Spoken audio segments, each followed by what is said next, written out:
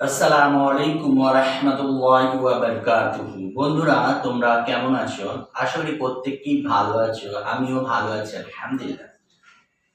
আজকের ভিডিও তাদের জন্য যারা পেটের সমস্যায় ভুগছে।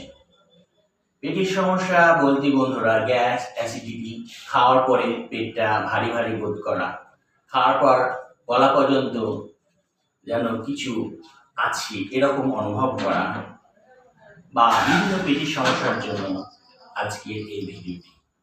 বন্ধুরা, পেটের সমস্যার জন্য একটা প্রাণায়াম এবং 3খানা আসন দেখাবো, যেগুলা করলে আমাদের পেটের সমস্যা ইনশাআল্লাহ তাআলা 1 মাসের মধ্যেই ভালো হয়ে যাবে। তো কতগুলো নিয়ম তার সঙ্গে আমাকে পালন করতে হবে। যেমন 1 নম্বর হচ্ছে খাওয়ার সময় পানি পান না করা এবং খাওয়ার শেষে সঙ্গে সঙ্গে পানি না খাওয়া। এগুলো নিয়ম পালন করতে হবে। আর খাবারটাকে চিবিয়ে চিবিয়ে খেতে হবে। আর পানিটাকে কি করতে হবে? সিপ সিপ করে খেতে হবে। অল্প অল্প পানি নিতে হবে। মুখটাকে এরকম করে, মানে পানির সঙ্গে লালাটা মিশিয়ে তারপরে পানিটা খেতে হবে। এই কতগুলো নিয়ম পালন করতে হবে। অর্থাৎ ফুড শুড বি ড্রাঙ্ক এবং ওয়াটার শুড বি इतन, अर्थात खाना को पीना है और पानी को खाना है। এই ফর্মুলায় যদি আমরা চলি ইনশাআল্লাহ তাআলা আমাদের পেট ভালো থাকবে। তাহলে চলে আসি প্রথম যে প্রাণায়ামটা করতে হবে, সেই প্রাণায়ামটার নাম হচ্ছে কপালভাতি প্রাণায়াম। এটা পেটের সমস্যার জন্য খুব ভালো।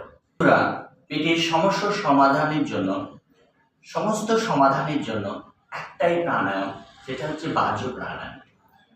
সেটা আমি কিভাবে করতে হবে বন্ধুটা, প্রথমে আমি নিঃশ্বাসটা ছেড়ে দেবো, তারপর পেটটা ঘুরিয়ে পেটটা ভিতর দিকে টেনে রাখবো। ত্রিবন্ধের সঙ্গে করতে হয় বাহ্য প্রাণায়াম।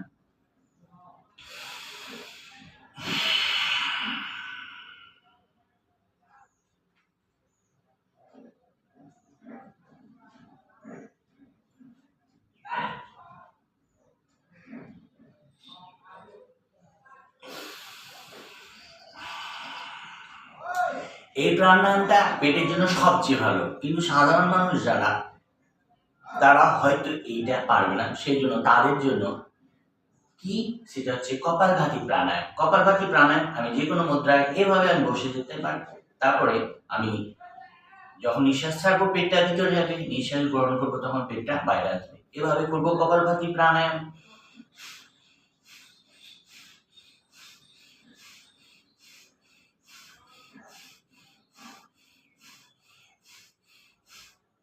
এই প্রাণায়ামটা আমি 5 থেকে 10 মিনিট করতে পারি। তাহলে বন্ধুরা আমাদের 99% পেটের অসুখ সেরে যাবে। তারপরে আমি করতে পারি 3খানা আসন। আসন 3খানা করে দেখাই তাহলে বন্ধুরা। প্রথমেই যে আসনটা করতে হবে সেই আসনটাকে বলা হয় বক্রাসন। প্রথমে পা দুটোকে এইভাবে সোজা করে বসে যাও। তারপর আমি এই পাটাকে এই সাইডে রাখবো, হাতটা এইভাবে রেখে আমি এইটা এইভাবে ধরার চেষ্টা করবো আর পেছন দিকে তাকাবো। এই হলো বক্রাসন। তারপরে আবার আমি দ্বিতীয় পায়েও এইভাবে করবো, দ্বিতীয় পায়েও আমি এইভাবে করবো। হাতটাকে এভাবে রাখবো, তবে এটা এখানে রাখবো। এই হলো বন্ধুরা বক্রাসন। এই বক্রাসন আমি কতবার করব? মোটামুটি 4 থেকে 5 বার করব। প্রতিটা আসন কিন্তু 1 মিনিট থেকে 5 মিনিট পর্যন্ত করতে পারি। এরপরে যেটা করতে হবে বন্ধুরা, সেটাকে বলা হয় পবন মুক্ত আসন। পবন মুক্ত আসন করার সময় আমি প্রথমে এইভাবে শুয়ে যাব। শুয়ে যাওয়ার পর আমি পা দুটোকে টেনে নিয়ে আসবো, বুকের সঙ্গে ঠেকানোর চেষ্টা করবো এইভাবে। তবে বন্ধুরা, যাদের ঘাড়ে ব্যথা আছে তারা কিন্তু ঘাড়টা তুলবো না, আর যাদের ঘাড়ে ব্যথা নেই তারা ঘাড়টা তুলে আমি এভাবে হাঁটুতে ঠেকাতে পারি বা এইভাবে রাখতে পারি। তাহলে আমার পেটের সমস্যা দূর হয়ে যাবে।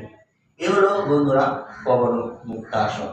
এরপরে যেটা আমি করব সেটাকে বলা হয় ভুজঙ্গাসন। ভুজঙ্গাসন করার সময় প্রথমে আমি এইভাবে শুয়ে গেলাম, শুয়ে যাওয়ার পর এইভাবে শুয়ে যাব, শুয়ে যাওয়ার পর আমি বুকের দুপাশে হাত রাখবো, তারপরে নিঃশ্বাস নিয়ে মাথাটা উঁচু করবো।